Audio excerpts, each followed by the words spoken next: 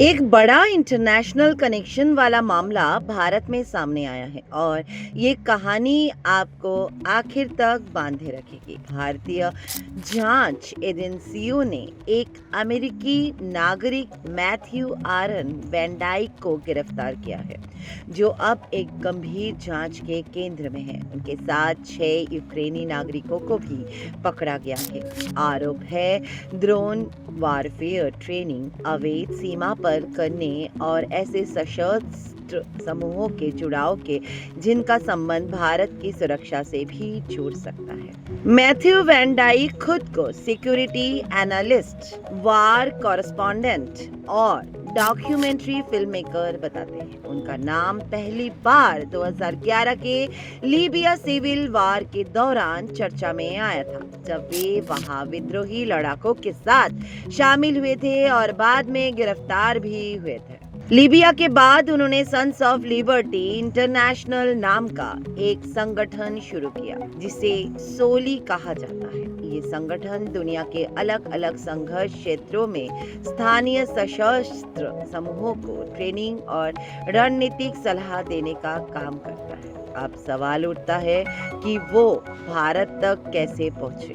जानकारी के मुताबिक वैन डाइक को कोलकाता से गिरफ्तार किया गया, जबकि बाकी यूक्रेनी नागरिकों को लखनऊ और दिल्ली से पकड़ा गया। सभी को दिल्ली की पटियाला हाउस कोर्ट में पेश किया गया, जहां जांच एजेंसी ने हिरासत की मांग की। कोर्ट ने 11 दिनों की कस्टडी मंजूर की है और अगली पेशी 27 मार्च को होगी। जांच एजेंसियों के अनुसार कुल 14 यूक्रेनी नागरिक अलग अलग तारीखों में टूरिस्ट वीजा पर भारत आए थे। इसके बाद वे गुवाहाटी पहुंचे और वहां से बिना जरूरी दस्तावेजों के मिजोरम गए, फिर अवैध तरीके से म्यांमार की सीमा पर की। आरोप है कि इनका मकसद म्यांमार से सक्रिय सशस्त्र समूहों को पहले से तय ड्रोन वारफेयर ट्रेनिंग देना।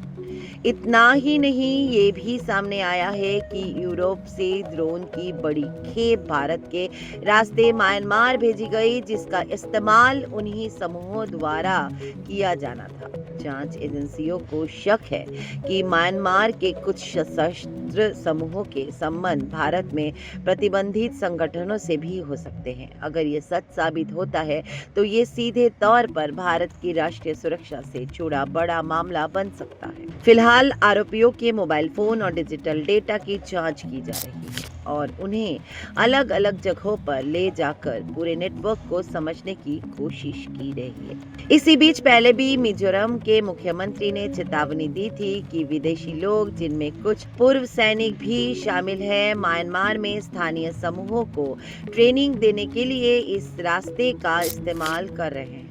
अब सबसे बड़ा सवाल ये है कि क्या ये सिर्फ एक अंतर्राष्ट्रीय ट्रेनिंग नेटवर्क है या इसके पीछे कोई बड़ा साजिश का जाल छिपा हुआ है।